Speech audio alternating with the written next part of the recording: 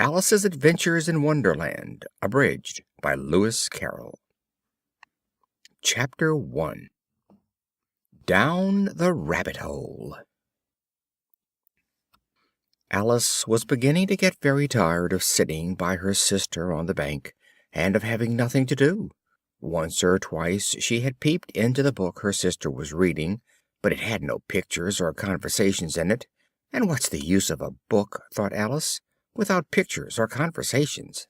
So she was considering in her own mind, as well as she could, for the day made her feel very sleepy and stupid, whether the pleasure of making a daisy chain would be worth the trouble of getting up and picking the daisies, when suddenly a white rabbit with pink eyes ran close by her. There was nothing so very remarkable in that, nor did Alice think it so very much out of the way to hear the rabbit say to itself, oh dear, I shall be too late." But when the rabbit actually took a watch out of its waistcoat pocket and looked at it and then hurried on, Alice started to her feet, for it flashed across her mind that she had never before seen a rabbit with either a waistcoat pocket or a watch to take out of it, and, burning with curiosity, she ran across the field after it, and was just in time to see it pop down a large rabbit hole under the hedge. In another moment down went Alice after it. The rabbit hole went straight on like a tunnel for some way, and then dipped suddenly down, so suddenly that Alice had not a moment to think about stopping herself, before she found herself falling down what seemed to be a very deep well. Either the well was very deep, or she fell very slowly, for she had plenty of time as she went down to look about her. First she tried to make out what she was coming to, but it was too dark to see anything. Then she looked at the sides of the well, and noticed that they were filled with cupboards and bookshelves. Here and there she saw maps and pictures hung upon pegs. She took down a jar from one of the shelves as she passed. It was labeled "Orange Marmalade," but to her great disappointment it was empty, and she did not like to drop the jar, so managed to put it into one of the cupboards as she fell past it. Down, down, down! Would the fall never come to an end? There was nothing else to do, so Alice soon began talking to herself. "Dinah'll miss me very much tonight, I should think." Dinah was the cat. "I hope they'll remember her saucer of milk at tea time. Dinah, my dear, I wish you were down here with me." Alice felt that she was dozing off, when suddenly, thump, thump, down she came upon a heap of sticks and dry leaves, and the fall was over. Alice was not a bit hurt, and she jumped up in a moment. She looked up, but it was all dark overhead. Before her was another long passage, and the white rabbit was still in sight, hurrying down it. There was not a moment to be lost. Away went Alice like the wind, and just in time to hear it say, as it turned a corner, "Oh, my ears and whiskers, how late it's getting!" She was close behind it when she turned the corner, but the rabbit was no longer to be seen. She found herself in a long, low hall, which was lit up by a row of lamps hanging from the roof. There were doors all round the hall, but they were all locked, and when Alice had been all the way down one side and up the other, trying every door, she walked sadly down the middle, wondering how she was ever to get out again.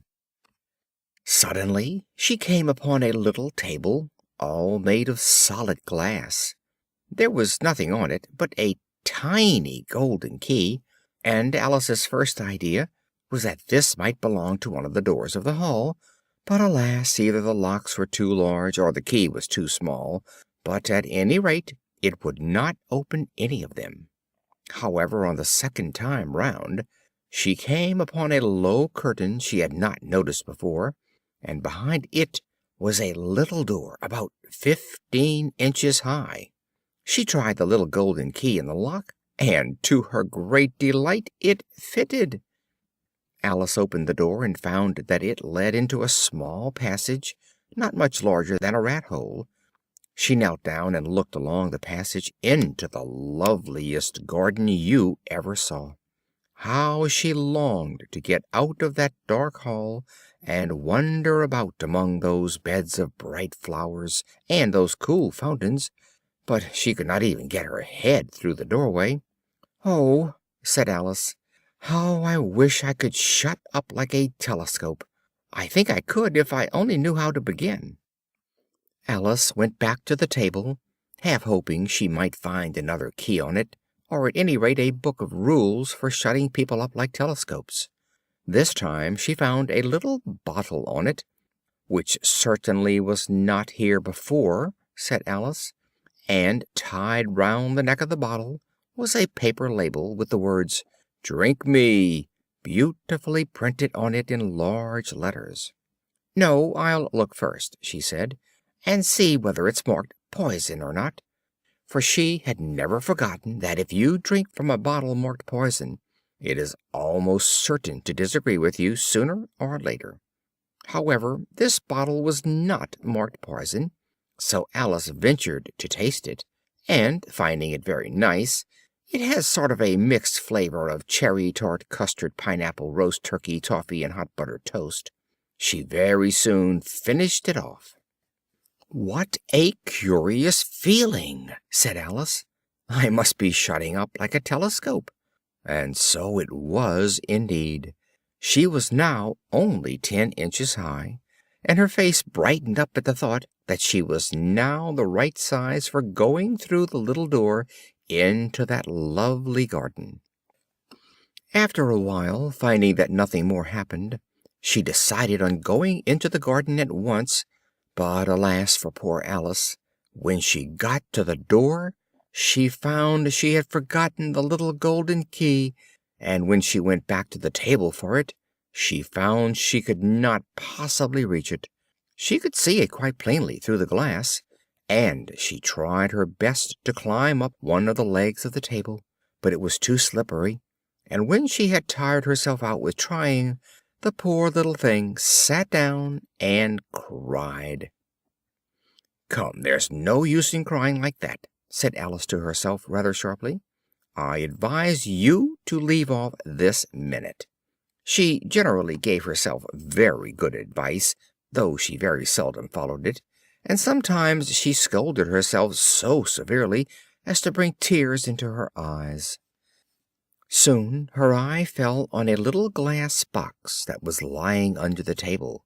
She opened it and found in it a very small cake, on which the words "Eat me" were beautifully marked in currants. "Well, I'll eat it," said Alice, "and if it makes me grow larger, I can reach the key, and if it makes me grow smaller, I can creep under the door. So either way I'll get into the garden, and I don't care which happens."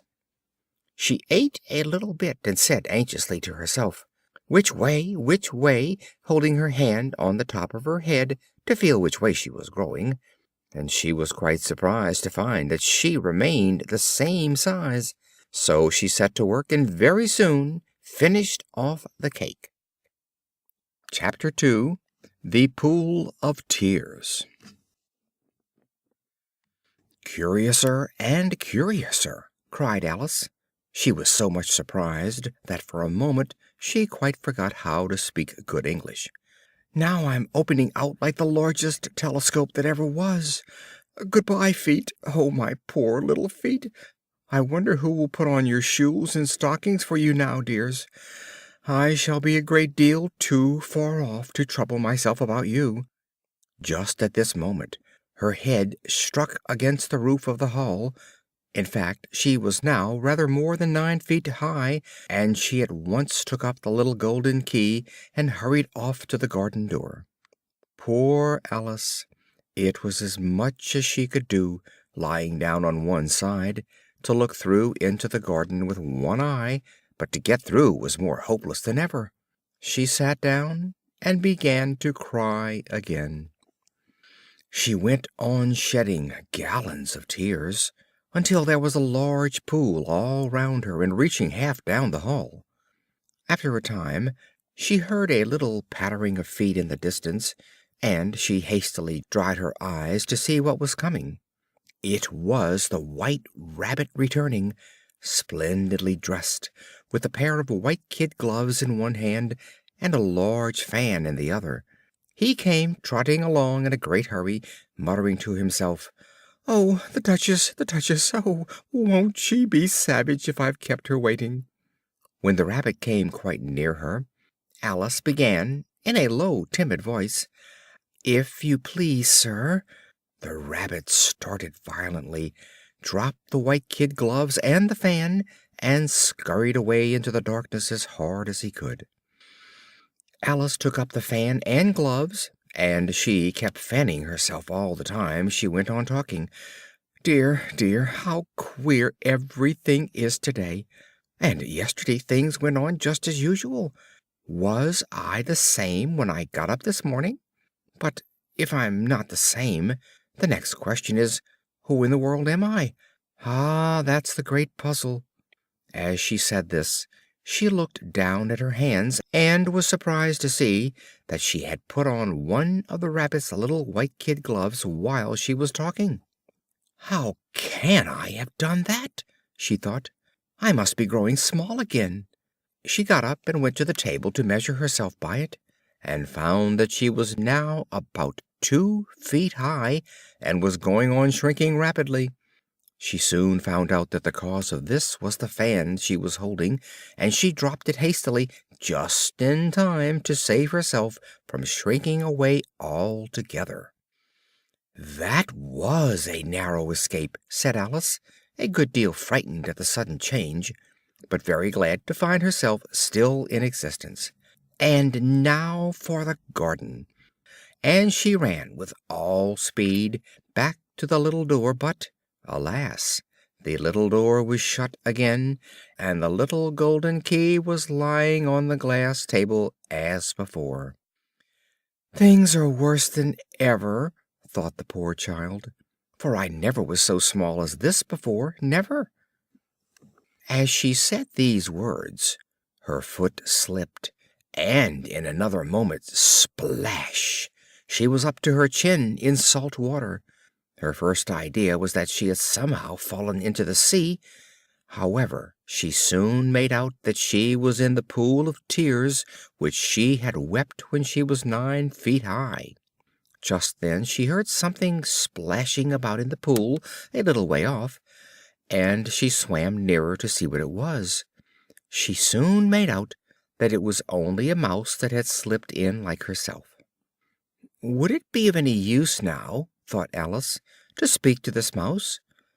Everything is so out of the way down here that I should think very likely it can talk. At any rate, there's no harm in trying." So she began, "Oh, mouse, do you know the way out of this pool? I am very tired of swimming about here, oh mouse." The mouse looked at her rather inquisitively, and seemed to wink with one of its little eyes, but it said nothing. "Perhaps it doesn't understand English," thought Alice. "I dare say it's a French mouse, come over with William the Conqueror." So she began again, "Où est ma chatte?" which was the first sentence in her French lesson book. The mouse gave a sudden leap out of the water, and seemed to quiver all over with fright. "Oh, I beg your pardon!" cried Alice hastily, afraid that she had hurt the poor animal's feelings. "I quite forgot you didn't like cats." "Not like cats!" cried the mouse in a shrill, passionate voice. "Would you like cats if you were me?" "Well, perhaps not," said Alice in a soothing tone. "Don't be angry about it. And yet I wish I could show you our cat Dinah. I think you'd take a fancy to cats if only you could see her. She is such a dear, quiet thing." The mouse was bristling all over, and she felt certain it must be really offended. "We won't talk about her any more, if you'd rather not." "We, indeed!" cried the mouse, who was trembling down to the end of its tail. "As if I would talk on such a subject! Our family always hated cats. Nasty, low, vulgar things! don't let me hear the name again." "I won't indeed," said Alice, in a great hurry to change the subject of conversation. Are you fond of dogs? There is such a nice little dog near our house. I should like to show you. It kills all the rats and—" "Oh, dear!" cried Alice in a sorrowful tone. "I'm afraid I've offended it again," for the mouse was swimming away from her as hard as it could go, and making quite a commotion in the pool as it went.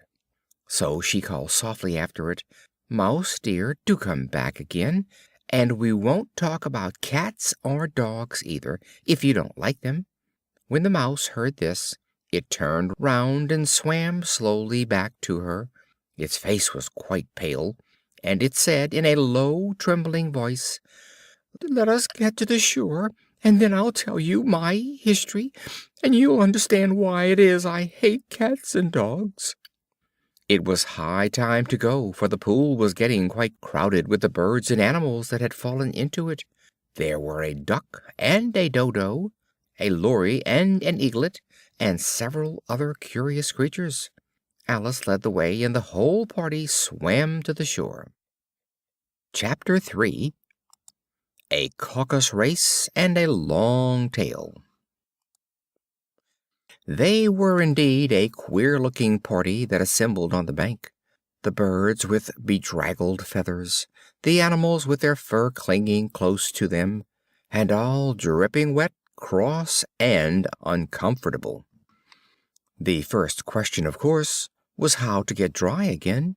They had a consultation about this, and after a few minutes it seemed quite natural to Alice to find herself talking familiarly with them, as if she had known them all her life.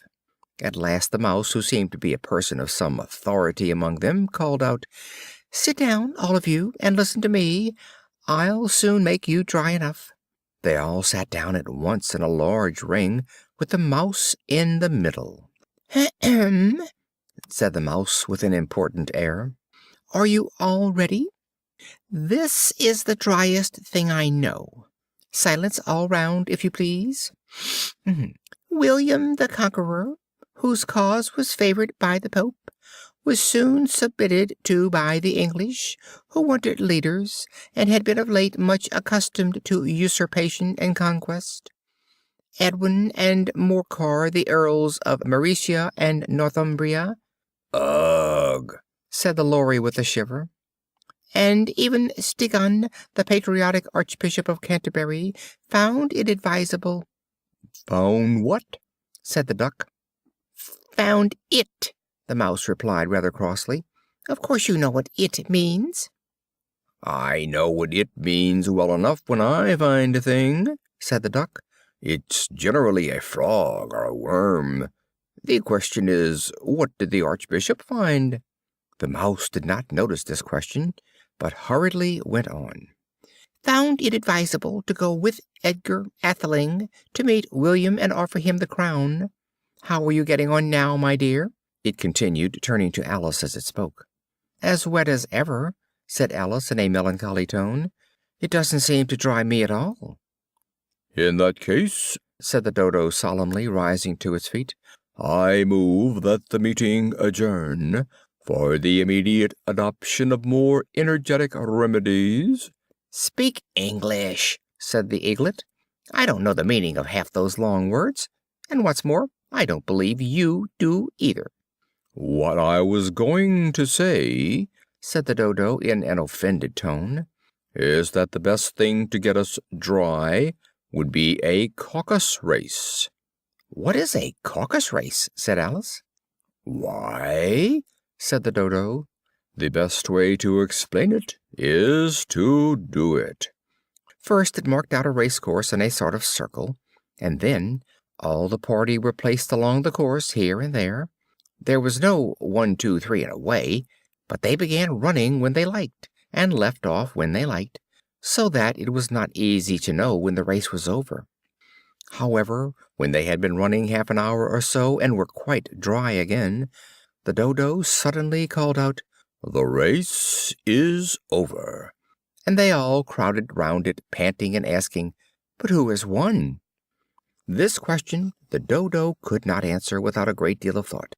At last it said, "Everybody has won, and all must have prizes." "But who is to give the prizes?"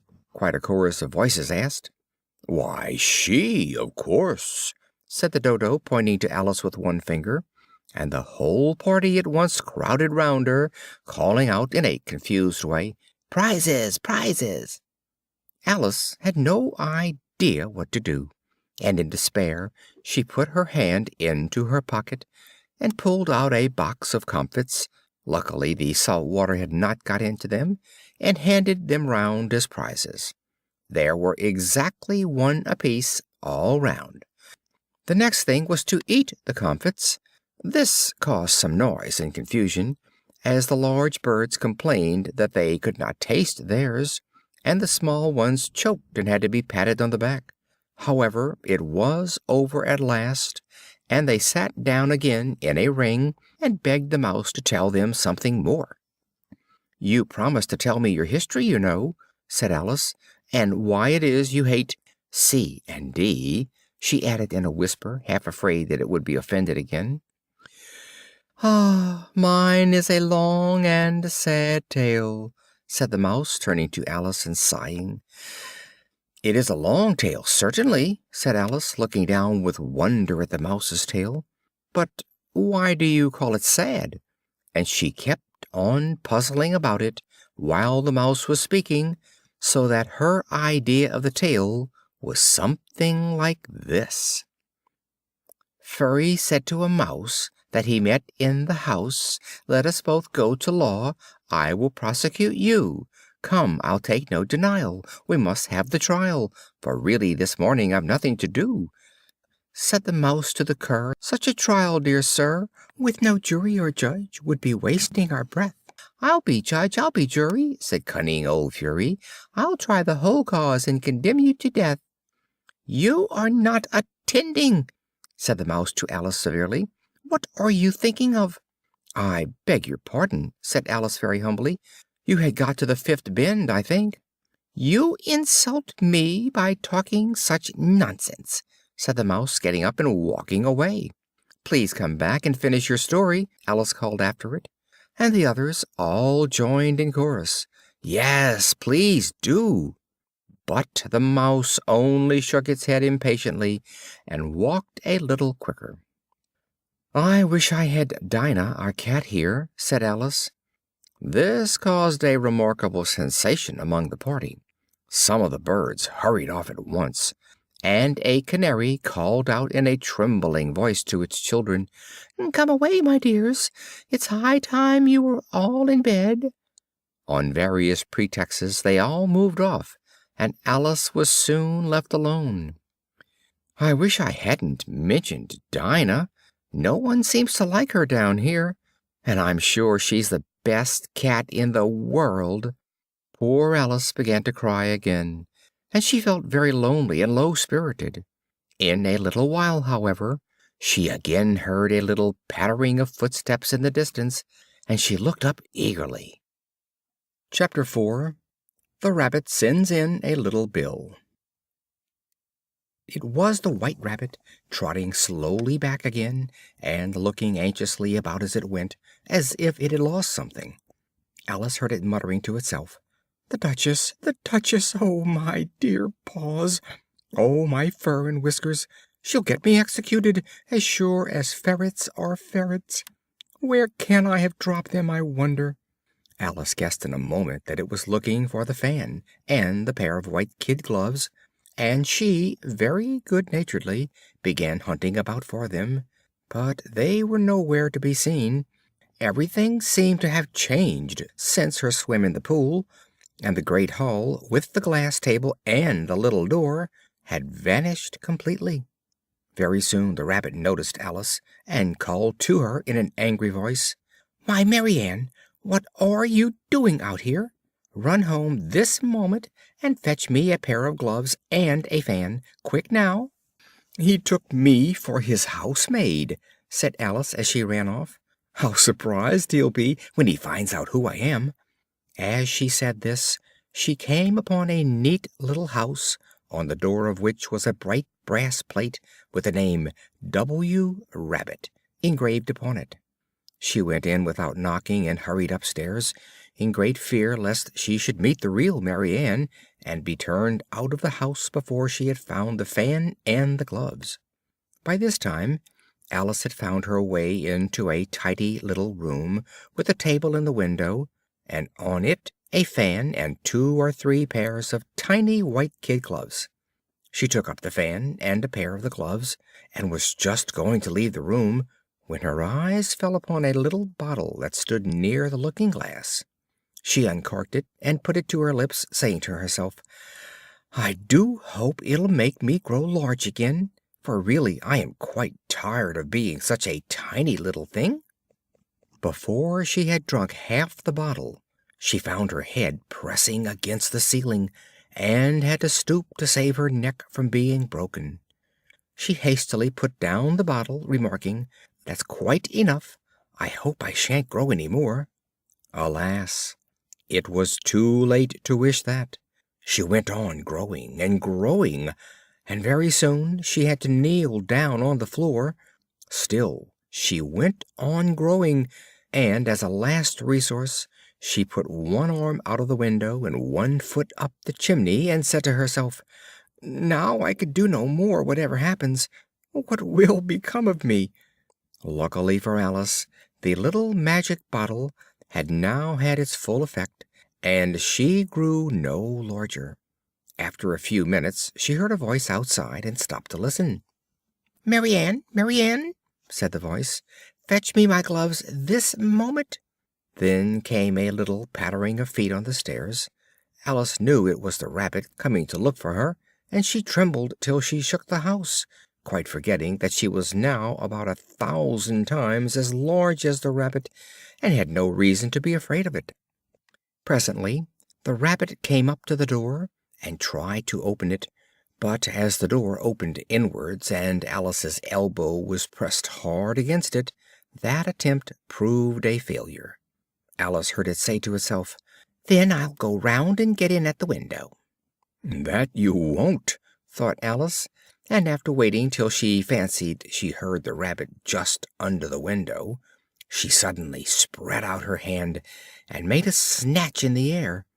She did not get hold of anything, but she heard a little shriek, and a fall, and a crash of broken glass, from which she concluded that it was just possible it had fallen into a cucumber frame, or something of that sort. Next came an angry voice, the Rabbit's. "Pat, Pat, where are you?" And then a voice she had never heard before. "Sure, then I'm digging for apples, your honor." "Here, come and help me out of this. Now tell me, Pat, what's that in the window?" "Sure, it's an arm, your honor." "Well, it's got no business there, at any rate. Go and take it away." There was a long silence after this, and Alice could only hear whispers now and then, and at last she spread out her hand again and made another snatch in the air.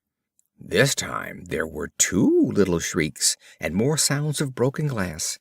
"I wonder what they'll do next," thought Alice.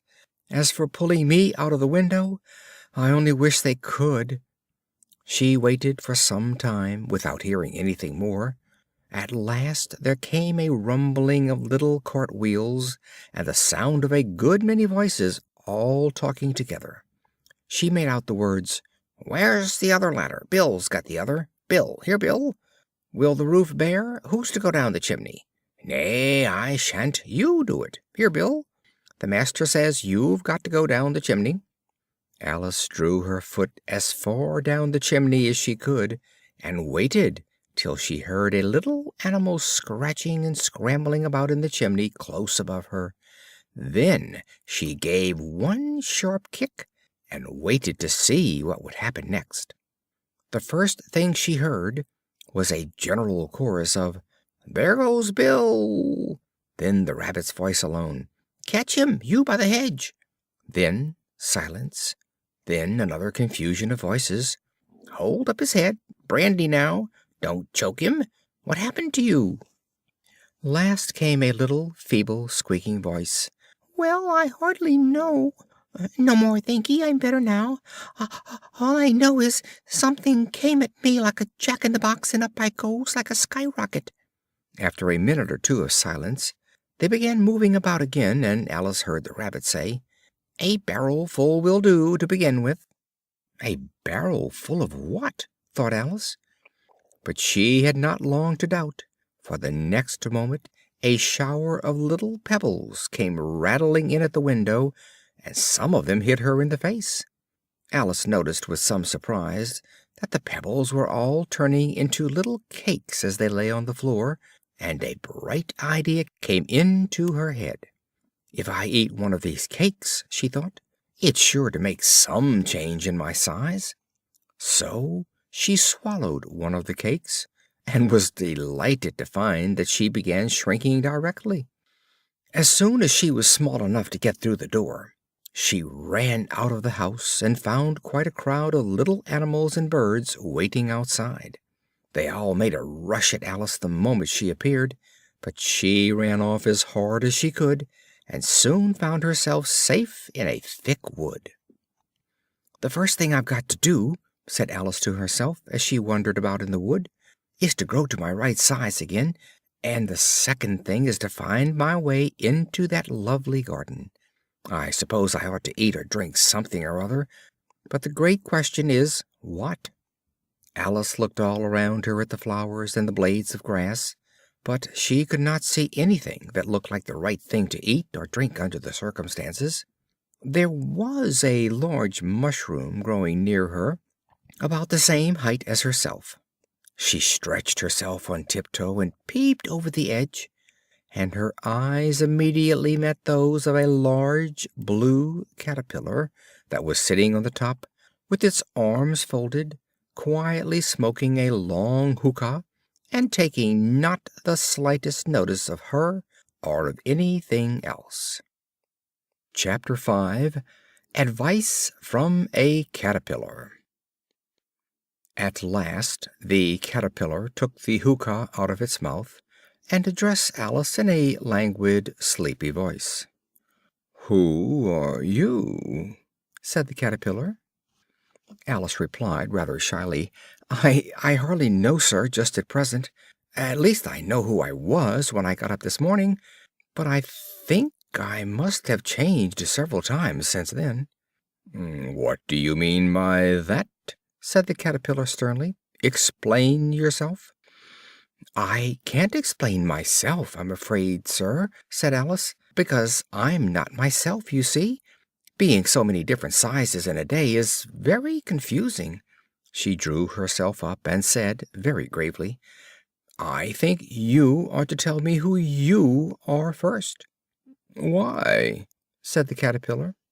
As Alice could not think of any good reason, and the caterpillar seemed to be in a very unpleasant state of mind, she turned away. "Come back," the caterpillar called after her. "I've something important to say." Alice turned and came back again. "Keep your temper," said the caterpillar. "Is that all?" said Alice, swallowing down her anger as well as she could. "No," said the caterpillar. It unfolded its arms, took the hookah out of its mouth again, and said, "So you think you're changed, do you?" "I'm afraid I am, sir," said Alice. "I can't remember things as I used to, and I don't keep the same size for 10 minutes together." "What size do you want to be?" asked the caterpillar. "Oh, I'm not particular as to size," Alice hastily replied. "Only one doesn't like changing so often, you know. I should like to be a little larger, sir, if you wouldn't mind," said Alice. 3 inches is such a wretched height to be." "It is a very good height indeed," said the caterpillar angrily, rearing itself upright as it spoke. It was exactly 3 inches high. In a minute or two the caterpillar got down off the mushroom and crawled away into the grass, merely remarking as it went, "One side will make you grow taller, and the other side will make you grow shorter." "One side of what? The other side of what?" thought Alice to herself.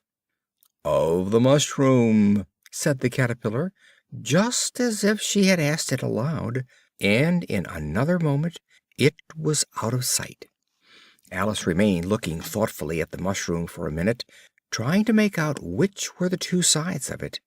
At last she stretched her arms round it as far as they would go, and broke off a bit of the edge with each hand. "And now, which is which?" she said to herself, and nibbled a little of the right hand bit to try the effect. The next moment she felt a violent blow underneath her chin. It had struck her foot. She was a good deal frightened by this sudden change, as she was shrinking rapidly, so she set to work at once to eat some of the other bit. Her chin was pressed so closely against her foot that there was hardly room to open her mouth, but she did it at last, and managed to swallow a morsel of the left-hand bit. "Come, my head's free at last," said Alice, but all she could see, when she looked down, was an immense length of neck, which seemed to rise like a stalk out of a sea of green leaves that lay far below her. "Where have my shoulders got to? And oh, my poor hands! How is it I can't see you?" She was delighted to find that her neck would bend about easily in any direction, like a serpent. She had just succeeded in curving it down into a graceful zigzag, and was going to dive it among the leaves, when a sharp hiss made her draw back in a hurry. The large pigeon had flown into her face, and was beating her violently with its wings. "Serpent!" cried the pigeon. "I'm not a serpent," said Alice indignantly. "Leave me alone." "I've tried the roots of trees, and I've tried banks, and I've tried hedges," the pigeon went on, "but those serpents, there's no pleasing them." Alice was more and more puzzled. "As if it wasn't trouble enough hatching the eggs," said the pigeon, "but I must be on the lookout for serpents night and day." "And just as I'd taken the highest tree in the wood," continued the pigeon, raising its voice to a shriek, "and just as I was thinking I should be free of them at last, there must needs come wriggling down from the sky. Ugh, serpent!" "But I'm not a serpent, I tell you," said Alice. "I'm a I'm a I'm a little girl," she added rather doubtfully, as she remembered the number of changes she had gone through that day. "You're looking for eggs, I know that well enough," said the pigeon. "And what does it matter to me whether you're a little girl or a serpent?" "It matters a good deal to me," said Alice hastily, "but I'm not looking for eggs, as it happens, and if I was I shouldn't want yours. I don't like them raw." "Well, be off then," said the pigeon in a sulky tone, as it settled down again into its nest. Alice crouched down among the trees as well as she could, for her neck kept getting entangled among the branches, and every now and then she had to stop and untwist it. After a while she remembered that she still held the pieces of mushroom in her hands, and she set to work very carefully, nibbling first one and then the other, and growing sometimes taller and sometimes shorter, until she had succeeded in bringing herself down to her usual height. It was so long since she had been anything near the right size that it felt quite strange at first.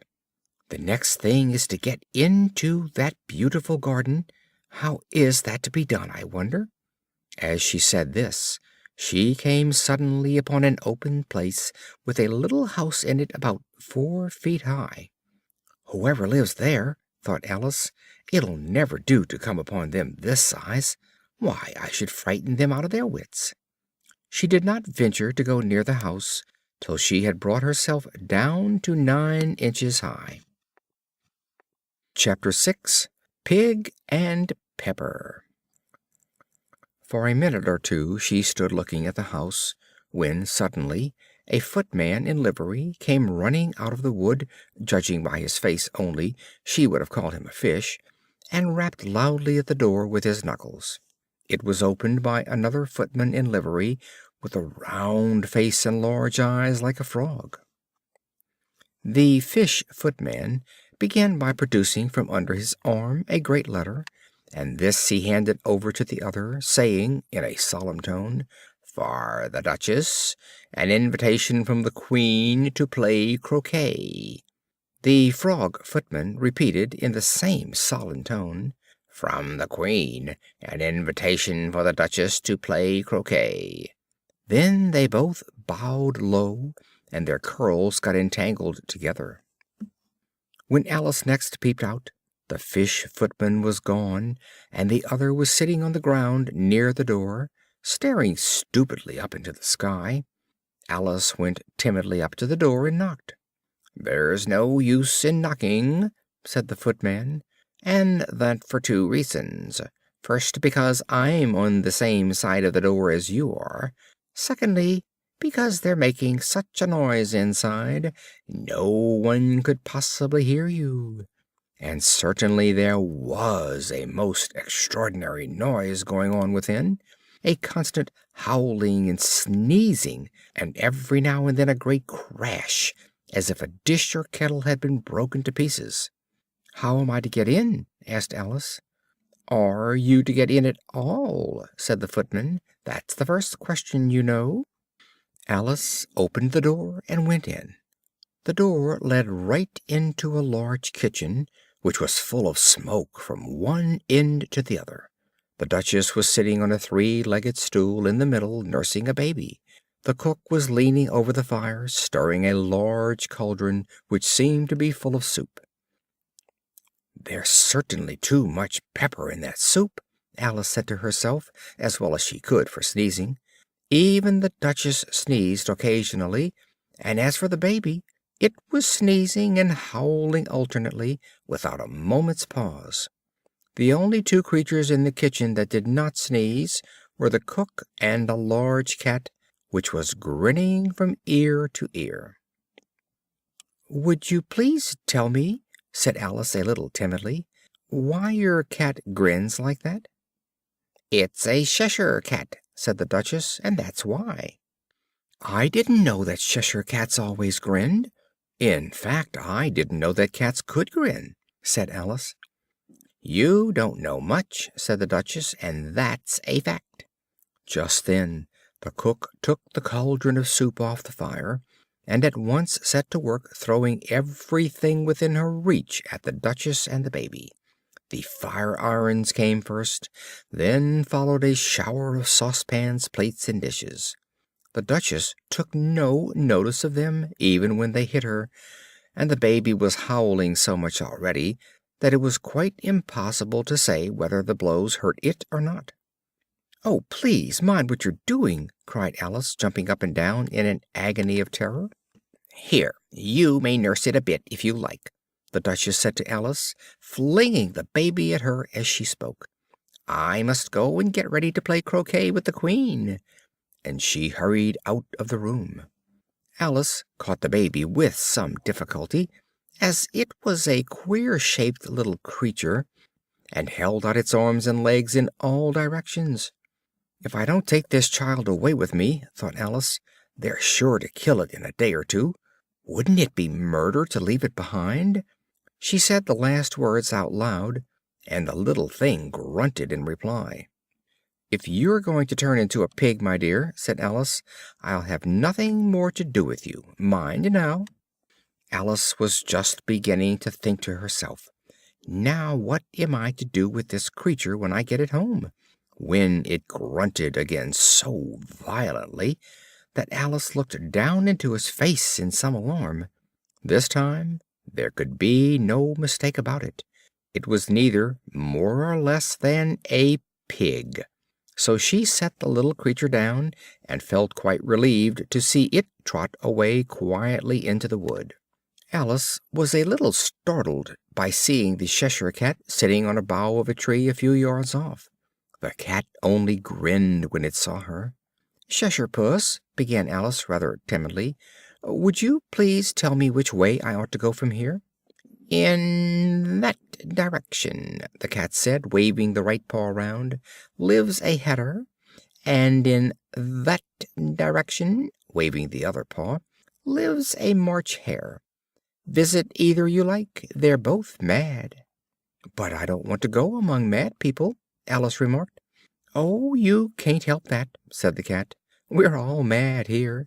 Do you play croquet with the Queen today?" "I should like it very much," said Alice, "but I haven't been invited yet." "You'll see me there," said the cat, and vanished. Alice had not gone much farther before she came in sight of the house of the March Hare. It was so large a house that she did not like to go near till she had nibbled some more of the left hand bit of mushroom. Chapter 7.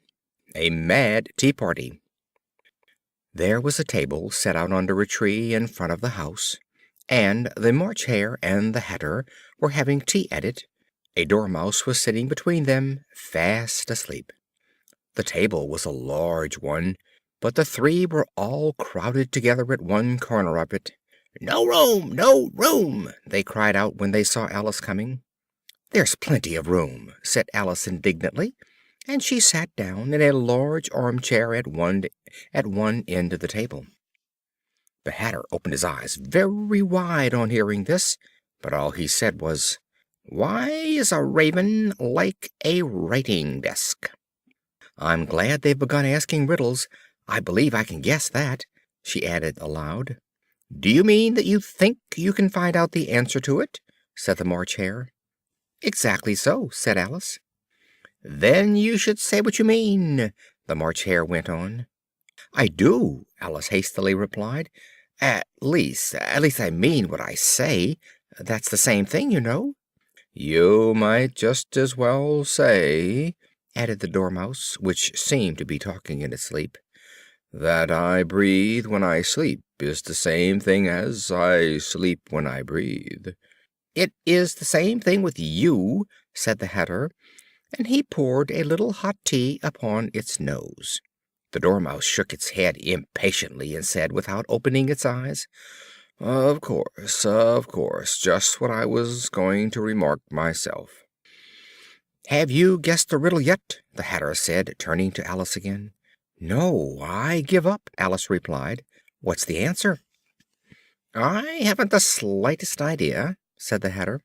"Nor I," said the March Hare. Alice gave a weary sigh. "I think you might do something better with the time," she said, "than wasting it in asking riddles that have no answers." "Take some more tea," the March Hare said to Alice very earnestly. "I've had nothing yet," Alice replied in an offended tone, "so I can't take more." "You mean you can't take less," said the Hatter.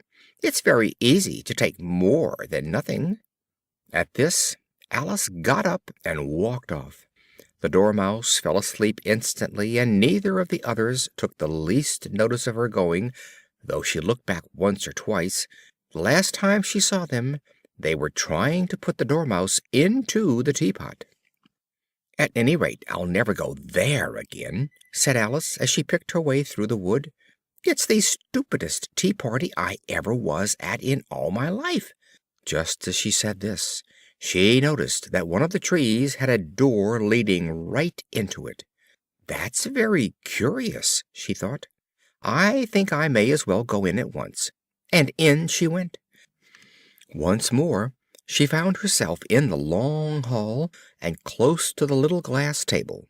Taking the little golden key, she unlocked the door that led into the garden. Then she set to work nibbling at the mushroom (she had kept a piece of it in her pocket) till she was about a foot high.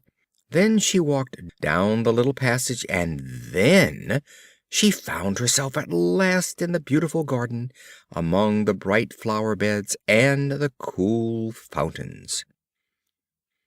Chapter 8. The Queen's Croquet Ground. A large rose tree stood near the entrance of the garden. The roses growing on it were white, but there were 3 gardeners at it, busily painting them red. Suddenly their eyes chanced to fall upon Alice as she stood watching them. "Would you tell me, please," said Alice a little timidly, "why you are painting those roses?" 5 and 7 said nothing, but looked at 2. 2 began in a low voice. "Why, the fact is, you see, miss, this here ought to have been a red rose tree, and we put a white one in by mistake. And if the Queen was to find it out, we should all have our heads cut off, you know. So you see, miss, we're doing our best afore she comes to—" At this moment 5, who had been anxiously looking across the garden, called out, "The Queen! The Queen!" And the 3 gardeners instantly threw themselves flat upon their faces. There was a sound of many footsteps, and Alice looked round, eager to see the Queen. First came 10 soldiers carrying clubs, with their hands and feet at the corners. Next, the 10 courtiers; these were ornamented all over with diamonds. After these came the royal children; there were 10 of them, all ornamented with hearts. Next came the guests, mostly kings and queens, and among them Alice recognized the White Rabbit. Then followed the Knave of Hearts, carrying the king's crown on a crimson velvet cushion, and last of all this grand procession came the King and the Queen of Hearts. When the procession came opposite to Alice, they all stopped and looked at her, and the Queen said severely, "Who is this?" She said it to the Knave of Hearts, who only bowed and smiled in reply. "My name is Alice, so please your Majesty," said Alice very politely, but she added to herself, "Why, they're only a pack of cards after all." "Can you play croquet?" shouted the Queen. The question was evidently meant for Alice. "Yes," said Alice loudly. "Come on, then," roared the Queen. It's a very fine day," said a timid voice to Alice. She was walking by the White Rabbit, who was peeping anxiously into her face. "Very," said Alice. "Where's the Duchess?" "Hush, hush," said the Rabbit. "She's under sentence of execution." "What for?" said Alice. "She boxed the Queen's ears," the Rabbit began. "Get to your places!" shouted the Queen in a voice of thunder, and people began running about in all directions, tumbling up against each other. However, they got settled down in a minute or two, and the game began. Alice thought she had never seen such a curious croquet ground in all her life. It was all ridges and furrows. The croquet balls were live hedgehogs, and the mallets live flamingos, and the soldiers had to double themselves up and stand on their hands and feet to make the arches. The players all played at once, without waiting for turns, quarreling all the while and fighting for the hedgehogs, and in a very short time the Queen was in a furious passion, and went stamping about and shouting, "Off with his head!" or "Off with her head!" about once a minute. "They're dreadfully fond of beheading people here," thought Alice. "The great wonder is that there's anyone left alive." She was looking about for some way of escape, when she noticed a curious appearance in the air. "It's the Cheshire Cat," she said to herself. "Now I shall have somebody to talk to." "How are you getting on?" said the Cat. "I don't think they play at all fairly," Alice said in a rather complaining tone. "And they all quarrel so dreadfully one can't hear oneself speak, and they don't seem to have any rules in particular." "How do you like the Queen?" said the Cat in a low voice. "Not at all," said Alice. Alice thought she might as well go back and see how the game was going on, so she went off in search of her hedgehog. The hedgehog was engaged in a fight with another hedgehog, which seemed to Alice an excellent opportunity for croqueting one of them with the other. The only difficulty was that her flamingo was gone across to the other side of the garden, where Alice could see it trying, in a helpless sort of way, to fly up into a tree. She caught the flamingo and tucked it away under her arm, that it might not escape again. Just then Alice ran across the Duchess, who was now out of prison. She tucked her arm affectionately into Alice's, and they walked off together. Alice was very glad to find her in such a pleasant temper. She was a little startled, however, when she heard the voice of the Duchess close to her ear. "You're thinking about something, my dear, and that makes you forget to talk." "The game's going on rather better now," Alice said, by way of keeping up the conversation a little. "'Tis so," said the Duchess, "and the moral of that is, 'Oh, 'tis love that makes the world go round.'" "Somebody said," Alice whispered, "that it's done by everybody minding his own business."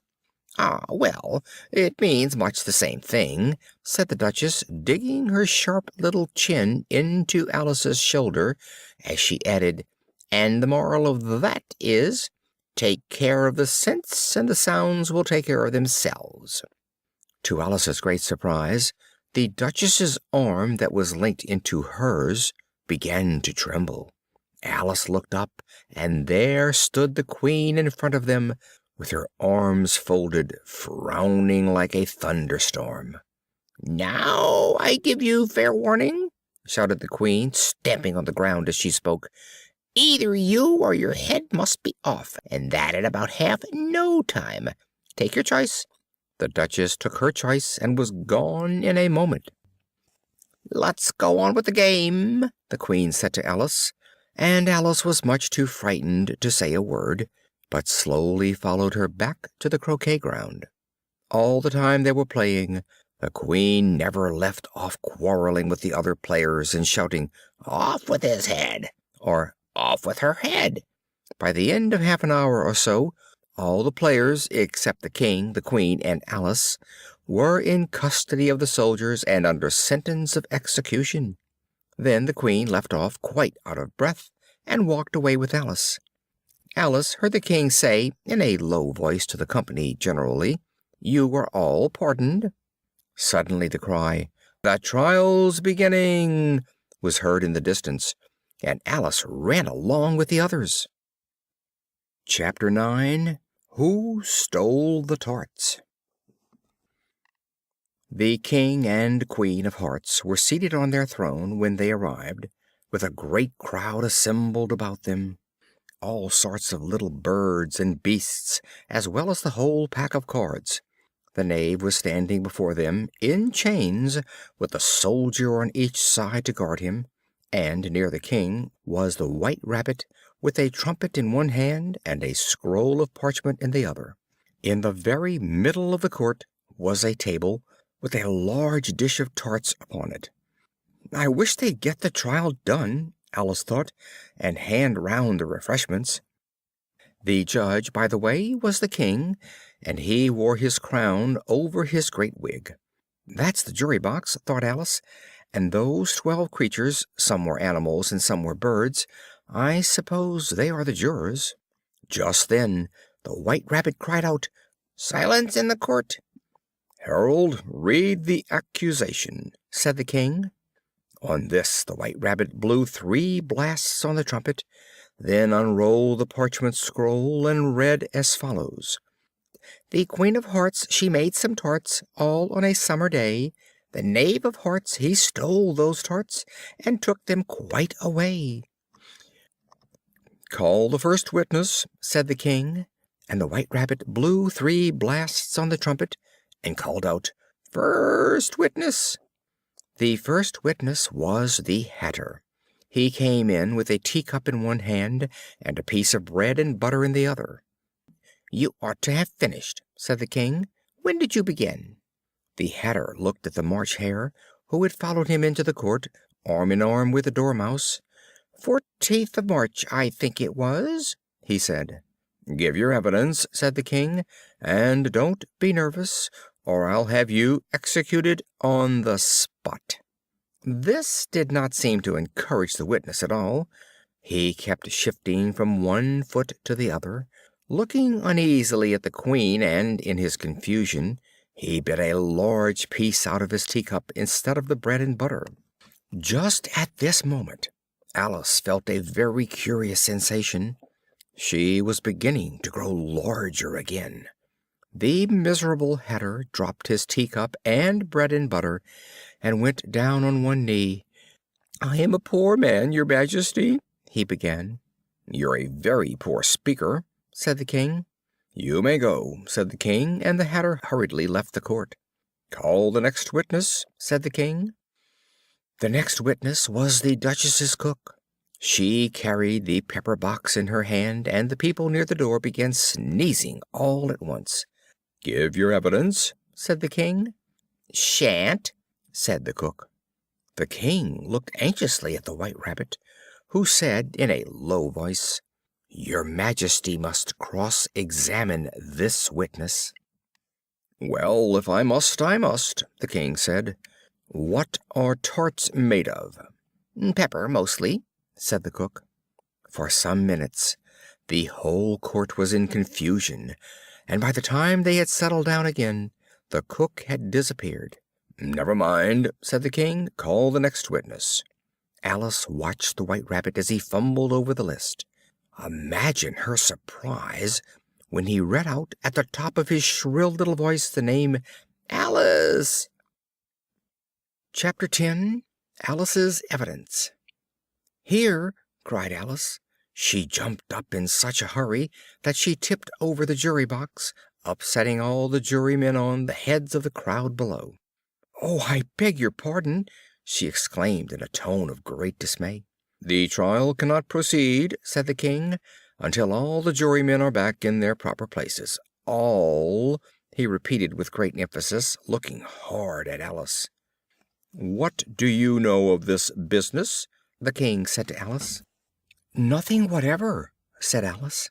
The King then read from his book: "Rule 42. All persons more than a mile high to leave the court." "I'm not a mile high," said Alice. "Nearly 2 miles high," said the Queen. "Well, I shan't go at any rate," said Alice. The King turned pale and shut his notebook hastily. "Consider your verdict," he said to the jury in a low, trembling voice. "There's more evidence to come yet, please, your Majesty," said the White Rabbit, jumping up in a great hurry. "This paper has just been picked up. It seems to be a letter written by the prisoner to somebody." He unfolded the paper as he spoke and added, "It isn't a letter after all. It's a set of verses." "Please, your Majesty," said the Knave, "I didn't write it, and they can't prove that I did. There's no name signed at the end."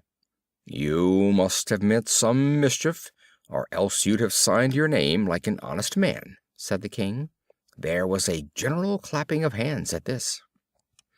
"Read them," he added, turning to the White Rabbit. There was dead silence in the court whilst the White Rabbit read out the verses. "That's the most important piece of evidence we've heard yet," said the King. "I don't believe there's an atom of meaning in it," ventured Alice. "If there's no meaning in it," said the King, "that saves a world of trouble, you know, as we needn't try to find any. Let the jury consider their verdict." "No, no," said the Queen. "Sentence first, verdict afterwards." "Stuff and nonsense!" said Alice loudly. "The idea of having the sentence first!" "Hold your tongue!" said the Queen, turning purple. "I won't!" said Alice. "Off with her head!" the Queen shouted at the top of her voice. Nobody moved. "Who cares for you?" said Alice. She had grown to her full size by this time. "You're nothing but a pack of cards." At this the whole pack rose up in the air and came flying down upon her. She gave a little scream, half of fright and half of anger, and tried to beat them off, and found herself lying on the bank with her head in the lap of her sister, who was gently brushing away some dead leaves that had fluttered down from the trees upon her face. "Wake up, Alice dear," said her sister. "Why, what a long sleep you've had!" "Oh, I've had such a curious dream," said Alice, and she told her sister, as well as she could remember them, all these strange adventures of hers that you have just been reading about. Alice got up and ran off, thinking while she ran, as well she might, what a wonderful dream it had been. End of Alice's Adventures in Wonderland by Lewis Carroll, abridged. This story read by Phil Chenevert in July of 2013, Baton Rouge, Louisiana. Hi, this is Super Utils with some afterwords. I'm here just to ask, if you enjoyed this audiobook, then please do click on the like button down below and subscribe to my channel. Thank you for your time and take care.